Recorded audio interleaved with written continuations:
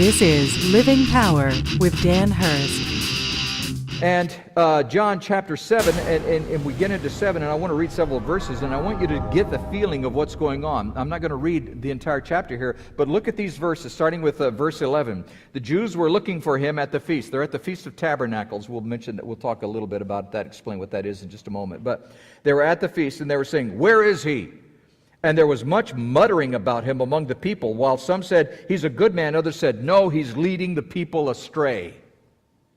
Then down to verse 20, the crowd answered him and said, "You have a demon! Who is seeking to kill you?" Because Jesus said, "You're trying to kill me." And they were going, "Oh, you have a demon. Who's trying to kill you?" And Jesus said, "I did one work, and you marveled at it." But he went on to say, "But you've decided that you couldn't handle it, so you've decided to kill me." There was this growing, festering thing happening in all of Jerusalem where people who hated Jesus hated him even more and more and more. John chapter 7 started with verse 25. Some of the people of Jerusalem therefore said, Is not this the man whom they seek to kill?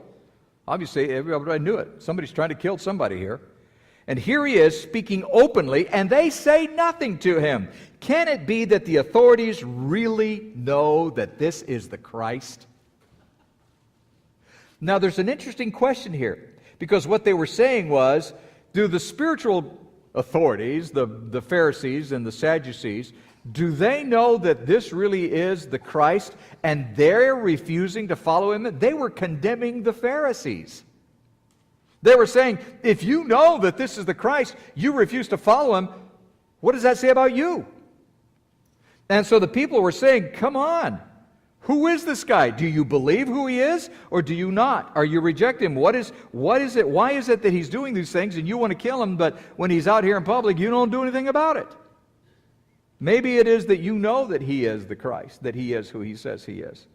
Verse 27, but we know where this man comes from, and when the Christ, the Messiah, in other words, appears, nobody's going to know where he comes from. This was a tradition that they believed.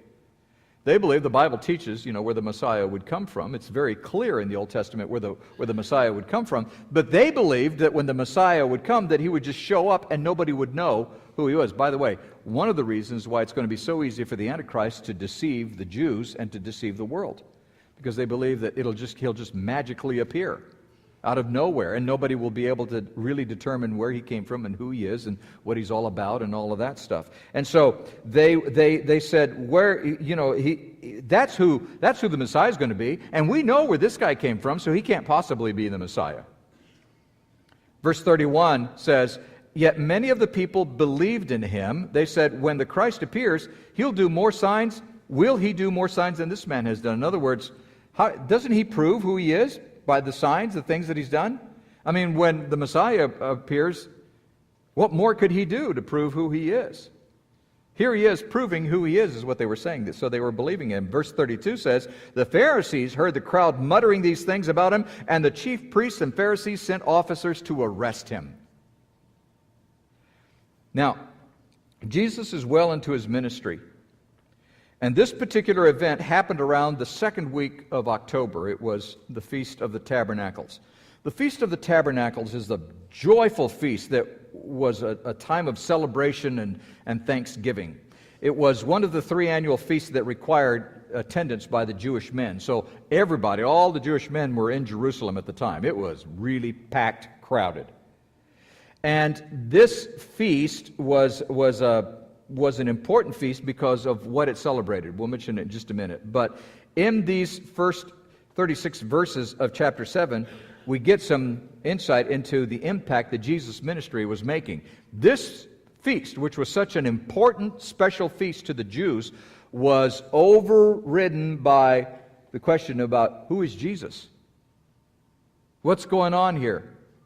I mean, what is he who he says he is? And we don't believe he is who he says he is. And the leaders, the religious leaders and the political leaders were concerned about what was happening, and the people were divided over who he was and what they believed about him. And some said that they believed that he is who he says he was, and others said no, they don't believe it. And others even said that he's a demon. He's demon-possessed. He's of the devil. He can't possibly be of the Lord. Others said that he was trying to overthrow the government.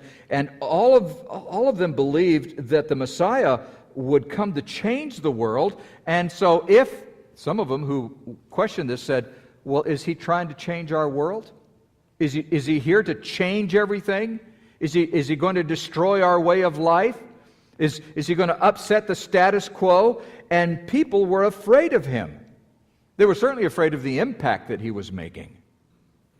And it was interesting that they were so disturbed, and here was this amazing feast of celebration and joy, and in the middle of all of that was this underlying thing going like, what is Jesus? Jesus, what is Jesus? Let's kill him. Let's get rid of him. Who is Jesus? Do you think he is who he says he is? We see the signs. Is he the Messiah? All of that's going on at this time.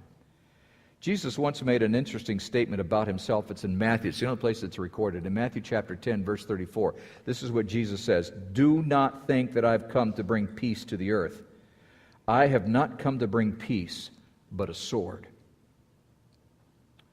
For I've come to set man against his father, and a daughter against her mother, and a daughter-in-law against her mother-in-law, and a person's enemies will be those of his own household." Jesus is saying, what people believe about me is going to be divisive. This is the way it's going to be. Unfortunately, this is how people are, and this is what's going to happen. This wasn't something that Jesus was going, yeah, I'm getting people all upset. There wasn't that approach at all. Jesus was just saying, what people believe about me becomes very divisive. It's no different today. The teachings of Jesus are still under attack, more so than ever. Christians are loathed and suspected. You claim to be a Christian and then try to run for office and watch what happens. You know, people are they are suspicious of Christians. Oh, Christians, they're just trying to change the world. Who isn't? I mean, is anybody happy with the way the world is right now except the devil? How can anybody be happy with the way things are in the world? Why wouldn't you want to change it? The government is still afraid of what God can do with a handful of committed Christians. Just like they were afraid of what would happen with a handful of committed Christians back in Jesus' day, trust me, in the world today, and I am including America, is afraid of what God can do with a handful of committed Christians. Will you be one of that handful? On behalf of Dan Hurst and the Open Class, we want to thank you for watching. We hope it was a blessing.